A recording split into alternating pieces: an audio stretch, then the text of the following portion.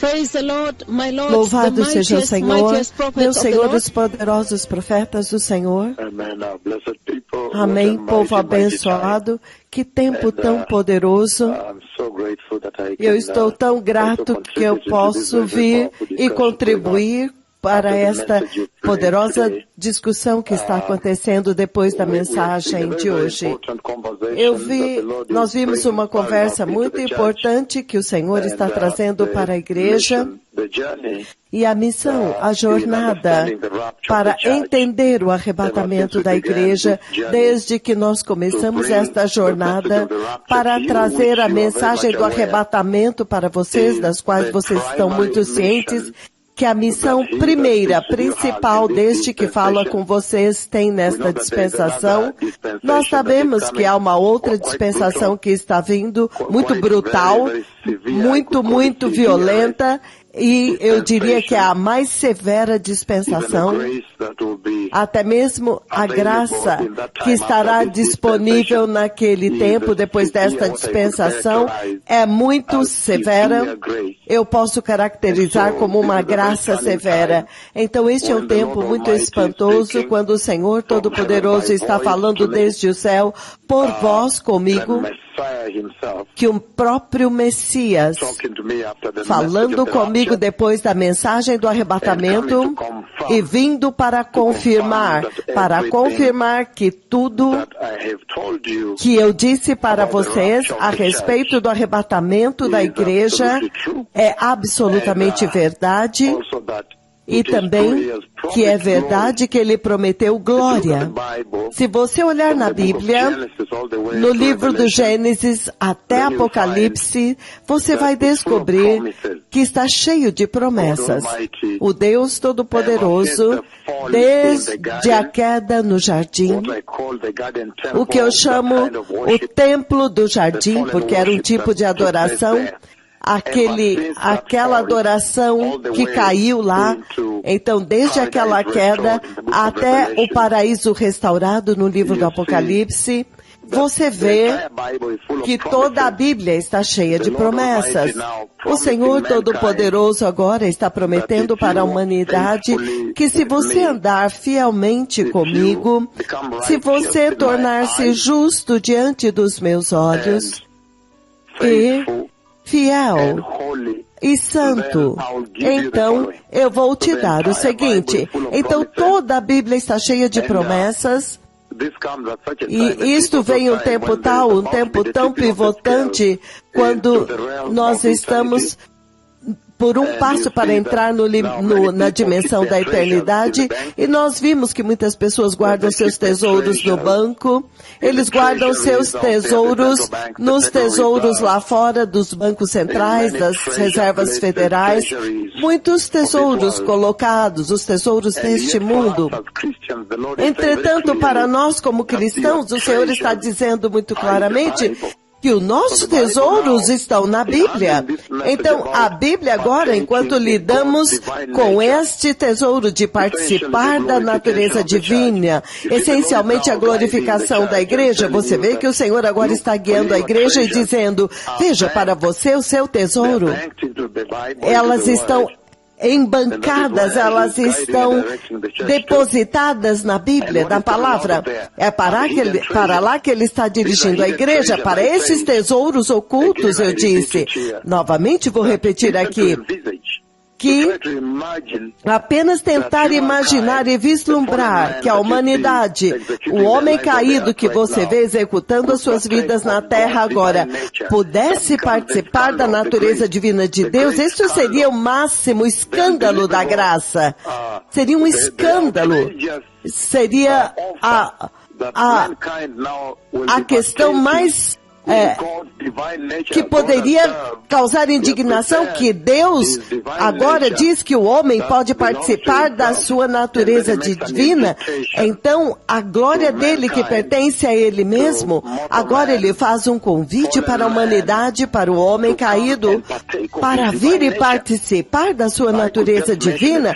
Eu podia apenas mencionar alguns a respeito da natureza divina de Deus e você ficaria chocado. Então, Então é para isso que o Senhor está convidando a igreja para participar. Nós sabemos que a natureza divina de Deus é constituída por imortalidade, incorruptibilidade, e Ele está dizendo que baseado na glória de Deus, na sua glória e bondade, agora a humanidade está sendo ajudada pelo poder divino para escapar da corrupção do mundo, que é causada pelas cobiças desta vida. Se você abrir no livro de 1 João 2, versículos 15 a 16, você vê que a cobiça dos olhos, a cobiça da carne, a cobiça desta vida, você vê que todos esses desejos pecaminosos são os que corrompem os desejos dos homens. É impressionante. Então, desde a queda no jardim, os desejos humanos foram corrompidos. Em outras palavras, que os desejos dos homens deveriam ser desejos santos, os desejos do próprio Deus antes da queda. Então é por isso que você vê que o Senhor Jesus prometeu que Ele iria nos libertar da corrupção do pecado. E então, Ele coloca um processo de transformação, arrependimento do pecado, perdão de pecado, libertação do pecado. E uma nova criação, o papel do Espírito Santo. E ele diz que ao fazer isso, ele está ecoando lá atrás. Lembre-se que em Gênesis 1, 26, a humanidade foi criada à imagem e semelhança de Deus. Mas por causa da queda, eles caíram daquelas imagens e semelhança de Deus, da nova criação que Jesus trouxe. Essencialmente é para restaurar aquela imagem e semelhança de Deus. Então Ele promete te libertar do pecado. Mas você vê que o desejo do homem está totalmente corrompido pelo pecado, pela queda do jardim. Então, é virtualmente inacreditável, impensável, inimaginável que a natureza divina, a natureza humana, como você vê agora ela, pode ser totalmente transformada a ponto de participar da natureza divina de Deus. No livro de Tiago, em Gálatas, Marcos, Filipenses, Colossenses, você pode começar agora com Gálatas, capítulo 5, eu vou ler do 16 em diante. Ele está enfatizando a natureza divina. Ele diz, por isso, que finalmente, agora vai ser totalmente... Quando ele diz que agora a sua velha natureza vai ser destruída para agora você participar da natureza divina, isso é inacreditável, isso é escândalo da graça, impensável, alarmante. Então ele diz, Gálatas 5, eu estou apenas fazendo isso para enfatizar para vocês o tesouro da graça, o tesouro da salvação nesta hora, porque essa é a hora de agarrar a salvação de Cristo e ter certeza que você vai escapar da condenação que está vindo. Gálatas capítulo 6, 15, 5, eu vou ler do 15 em diante. Então eu digo, andem pelo Espírito e vocês não satisfarão as concupiscências da carne, porque a carne deseja o que é contrário ao Espírito. 17. E o Espírito que é contrário à carne. Eu estou dizendo isso para vocês porque eu vi a igreja subindo. Eu vi aqueles que foram transformados de forma bem-sucedida e subindo e entrando no reino glorioso de Deus. É uma visão tão espetacular e magnífica para se contemplar. É uma visão chocante porque eles entraram completamente até desaparecer. Então eu estou falando com vocês lá no limiar da eternidade. Então você pode imaginar o peso das minhas palavras neste tempo, dentro da balança do Deus Todo-Poderoso, a balança eterna do Senhor. Então ele está dizendo aqui que você tem que andar pelo Espírito, versículo 16, porque então você não satisfará os desejos pecaminosos deste mundo. 17, pois a carne deseja o que é contrário ao Espírito e o Espírito o que é contrário à carne. Ele diz, eles estão em conflito constante, em batalha e guerra um contra o outro, de modo que vocês não podem fazer o que vocês desejam fazer. Então é por isso que eu disse que é incrível, inacreditável pensar que o homem, desta forma agora, vai um dia compartilhar da natureza de Deus. Então, vez após vez, eu tenho vindo até vocês e descrito a inacreditável, indescritível glória de Deus, que está lá presente no trono do Deus Todo-Poderoso. A glória de Deus que se manifesta quando o Messias vem falar comigo. Toda vez que ele vem para falar comigo, a glória é insuportável. A glória é uma glória temível. Eu até descrevi o som sibilante, o tipo de som da temível santidade que se manifesta e que consome quando a glória flui, quando o Messias vem para falar comigo a respeito desta missão. Então, ele está dizendo que há um conflito entre a carne e o Espírito. E ele diz, eles estão em constante conflito um contra o outro para que vocês não façam o que desejam. Mas se vocês são guiados pelo Espírito, vocês não estão debaixo da lei. Versículo 19 de Gálatas 5. Ora, as obras da carne são manifestas. Agora eu quero que vocês apreciem a transição, a transformação que o Senhor gravou nesta poderosa palavra quando Ele faz o convite para você participar da natureza divina, o potencial e o poder que está residente nestas palavras e a cascata que deve te transformar até o ponto onde você vai participar da ordem divina. Você vai apreciar isto agora aqui. Você vai apreciar o poder transformador do sangue de Jesus. Ele está falando das obras da carne, que é onde a igreja está. Agora você imagina mudar disso para onde você é glorificado e participa da natureza divina que diz respeito a vocês. Ele diz, as obras da carne são óbvias: imoralidade sexual, impureza, libertinagem, idolatria, feitiçaria, ódio, discórdia, ciúmes, ira, ataques de ira, egoísmo, dissensões, facções e inveja, embriaguez, orgias, até mesmo orgias sexuais e coisas semelhantes. Então vocês podem imaginar por si mesmos de onde ele está intencionando mudar a igreja, até que a igreja participe da natureza divina de Deus. Então ele diz que essa participação na natureza divina de Deus não significa divinização. Você não vai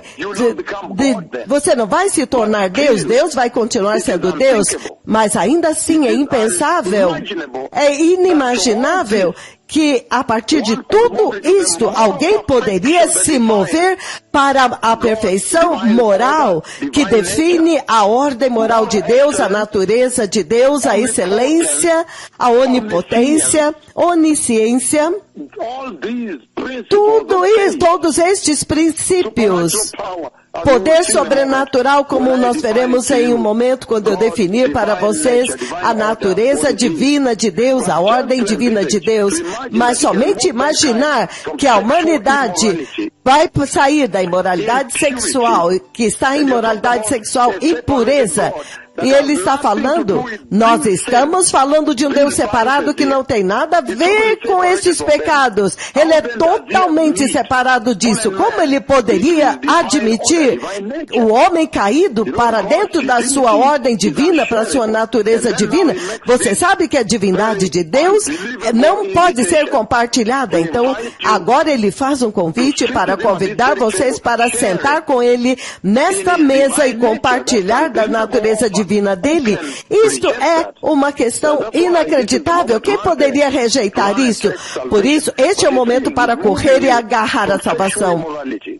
Mas ele diz que ele está te tirando da imoralidade sexual, impureza, libertinagem, idolatria e feitiçaria, ódio, discórdia, ciúmes, ataques de ira, egoísmo, ambições egoístas, dissensões, facções e inveja, embriaguez, orgias sexuais, você pode imaginar quão imundo, e coisas semelhantes. Eu os advirto como já antes os advertis, que aqueles que vivem assim e praticam essas coisas não herdarão o reino de Deus. Aí está agora. Então tem que acontecer uma transformação.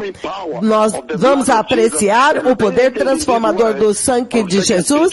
Então, daqui nós fomos para o livro de 2 Pedro, capítulo 1, versículo 4, para sermos participantes da natureza divina.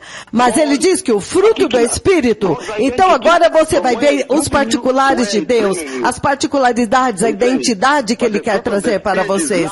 Ele diz, mas o fruto do Espírito é amor. Você vê que aqueles que participam da natureza divina de Deus terão isso, amor, alegria, paz, paciência, amabilidade, bondade, fidelidade, longanimidade, mansidão, domínio próprio. Então ele diz, contra estas coisas não há lei. Por quê? Porque estas são as características de Cristo. Estas são as características particulares de Deus. E contra essas coisas não há lei. Aqueles que pertencem a Cristo Jesus, nosso Senhor e abençoado Salvador, crucificaram a carne com as suas paixões e os seus desejos. Então ele centraliza a cruz nesta missão para alcançar a ordem divina de Deus. Então a pergunta se torna, como que a igreja deste dia presente pode se tornar participante da natureza divina de Deus se eles são totalmente dominados pela carne? Eles estão literalmente não crucificados, abandonaram a cruz, abandonaram o sangue, abandonaram o arrependimento, abandonaram a justiça. Então, eles decidiram tomar uma cruz falsa de plástico.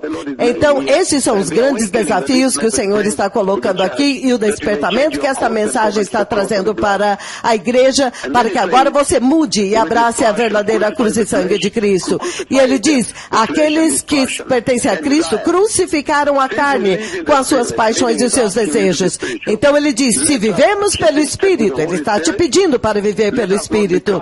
Então, andemos também pelo Espírito e não sejamos presunçosos provocando uns aos outros. Então você pode imaginar que nesta pequena descrição eu já estou definindo a jornada para vocês. A jornada que o Senhor se determinou a dar com vocês para trazer a vocês uma total transformação à sua vida. E eu disse que naquela transformação, a não ser que o homem nasça de novo, ele não pode ver o reino de Deus. E nesta transformação, se você ler o livro de João, capítulo 3, versículos de 3 a 7, ele diz o seguinte. Ele diz, vamos começar no versículo 3. Ele diz, Jesus respondeu, isso é Jesus falando com Nicodemos, em verdade eu lhes digo, se o homem não nascer de novo, não poderá ver o reino de Deus. Nicodemo diz, mas como alguém pode nascer de novo? Como alguém pode nascer de novo se já é velho? Nicodemos perguntou. É claro que não pode entrar pela segunda vez no ventre de sua mãe para renascer. Então Jesus respondeu, eu lhe digo a verdade, ninguém pode entrar no reino de Deus a não ser que nasça da água e do Espírito. O que nasceu da carne é carne, mas o que nasce do Espírito é Espírito. Não se surpreenda pelo fato de eu ter dito, é necessário você nascer de novo. Então ele continua para descrever o Espírito Santo. Então este nascer de novo que ele está levantando lá muito poderosamente, se você agora abrir no livro de 1 Coríntios capítulo 5, 70, é isso que ele diz. 1 Coríntios capítulo 5, é 2 Coríntios capítulo, 2 Coríntios 5, 17, veja o que ele diz lá, ele diz, portanto, se alguém está em Cristo Jesus, já é uma nova criação. As coisas velhas já passaram, e eis que as novas já chegaram. Então ele conclui no 21 dizendo, primeiro 21. Deus, aquele que não tinha pecado, Deus o fez nosso pecado, para que nele nos tornássemos justiça de Deus. Esta é a transformação da qual ele está falando, que você tem que se mover totalmente, onde antes havia orgias, feitiçaria, rebelião, desobediência, injustiça, impiedade, tudo isso que ele descreveu, caracterizando a natureza divina. Agora, para a natureza divina de Deus, a justiça de Deus, isso é inacreditável, que Deus tem um plano tão poderoso para a igreja. Então você fica pensando, por que as pessoas deveriam rejeitar a salvação de Jesus? O livro de Tiago, capítulo 1, Tiago 1, a partir do 13 e 14, ele diz, quando alguém for tentado, jamais dirá, estou sendo tentado por Deus, pois Deus não pode ser tentado pelo mal, e ele também a ninguém tenta. Mas cada pessoa é tentada pela sua própria, quando ele é arrastado pela sua própria cobiça e é seduzido por ela. Então, no versículo 13, ele apresenta a natureza de Deus. Quando você está na natureza divina de Deus, você jamais pode ser tentado. É uma vida santa. É uma vida de pureza. Então, movendo a humanidade de onde ele está hoje para aquele nível de pureza, isso é muito poderoso, povo abençoado. Se você olhar o livro de Marcos 7, 20 e 21, ele diz o seguinte, e ele continuou, o que sai do homem é o que o torna impuro, pois é do interior do coração dos homens que vêm os maus pensamentos. Novamente ele está descrevendo a natureza divina. Nós tivemos a primeira narrativa, agora a segunda narrativa, ele diz, imoralidade sexual, roubos, homicídios, adultérios, cobiças, maldades, engano, devassidão, que é uma forma é a pior forma de imoralidade, onde alguém se despe e anda nua. Então, esse tipo de lascívia, é alguém simplesmente se despe e pula em cima de uma mesa, é esse tipo de comportamento. Você imagina de onde Deus está removendo o homem? Ele está dizendo, imoralidade sexual, roubos, assassinatos, homicídios, adultérios, cobiças, maldades, engano, a lascívia, inveja, calúnia, arrogância e insensatez. Todos estes males vêm de dentro do homem e corrompem o homem. Então você pode imaginar que Deus, que é separado de tudo isso, Ele quer compartilhar a sua natureza com pessoas que têm esse tipo de pecado. A graça de Deus deve ser inimaginável, impensável, povo abençoado. E o Deus que quer compartilhar isso com vocês é o Deus Altíssimo. Em Colossenses 2:9, ele diz o seguinte, no livro de Colossenses, capítulo 2, versículo 9, enquanto eu começo a encerrar e fechar, Colossenses, capítulo 2, versículo 9, ele diz, pois em Cristo habita corporalmente toda a plenitude da divindade, em forma corpórea. E também em Cristo, vocês Ele é a cabeça de todo o poder e autoridade dele, vocês receberam a plenitude. Então você pode imaginar quando ele decide vir e libertar vocês e fazer de vocês a imagem e semelhança dele, para atrair vocês para perto da natureza divina de Deus, mas veja de onde ele está tirando vocês. Deus deve amar o homem tanto, até mesmo para ele pensar de compartilhar com vocês a natureza divina dele. Aí a natureza divina de Deus é o contrário do que nós vimos que é a natureza divina, que é totalmente aberta e suja. A natureza divina de Deus é santa e justa. No livro de 1 Pedro, a natureza divina de Deus é santa e justa. 1 Pedro, capítulo 1, ele diz o seguinte, 1 Pedro 1, 13 até o 16, ele diz, portanto, estejam com a mente preparada, prontos para a ação, sejam sóbrios e coloquem toda a esperança na graça que lhes está sendo dada quando Jesus Cristo for revelado. Esta é uma escritura do arrebatamento da igreja. Nesta igreja também está inserido como você deve se preparar. Ele diz a mente alerta, totalmente sóbrios e colocando toda a sua esperança na graça, na salvação que lhe será dada quando Jesus Cristo, o Messias, aparecer, a revelação de Jesus Cristo naquele dia. Então, aqui, enquanto ele está definindo a santidade de Deus, esta é a escritura que descreve o arrebatamento de Deus. Mas agora aparece a generosidade de Deus a ponto de te compartilhar como você deve se preparar e falando da esperança que vai ser trazida para vocês. No versículo 14 ele diz, como filhos obedientes, não se deixem amoldar pelos desejos malignos de outrora quando viviam na ignorância. Ele está dizendo, veja, somente os ignorantes do Evangelho e da Graça podem viver daquela forma que está descrita lá em cima da natureza divina. Então, hoje há uma contradição, porque há pessoas na igreja que ainda estão vivendo em imoralidade sexual, em lascívia, nudez, orgias, dissensões, todas estas coisas que foram descritas da natureza divina estão na igreja. Aqui,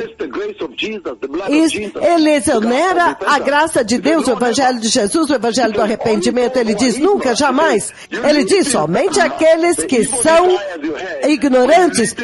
Como você pode viver com os desejos malignos que você tinha quando você vivia na ignorância? Agora que você sabe da graça salvadora de Jesus, não tem como você continuar vivendo e fazer o que a igreja de hoje está fazendo. Então ele continua dizendo no 15, mas assim como é santo aquele que os chamou, sejam santos vocês também em tudo que fizerem, pois está escrito, sejam santos porque eu sou santo. Então a natureza divina de Deus é santa e justa. Total santidade e justiça. A natureza divina de Deus é a soberania de Deus. Deus é soberano.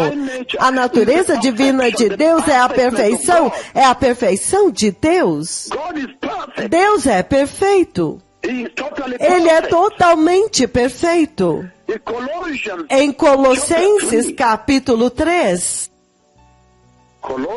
Colossenses capítulo 3. O livro de Colossenses, capítulo 3, versículo 14. Ele diz o seguinte. Ele diz, o livro de Colossenses, capítulo 3, versículo 14.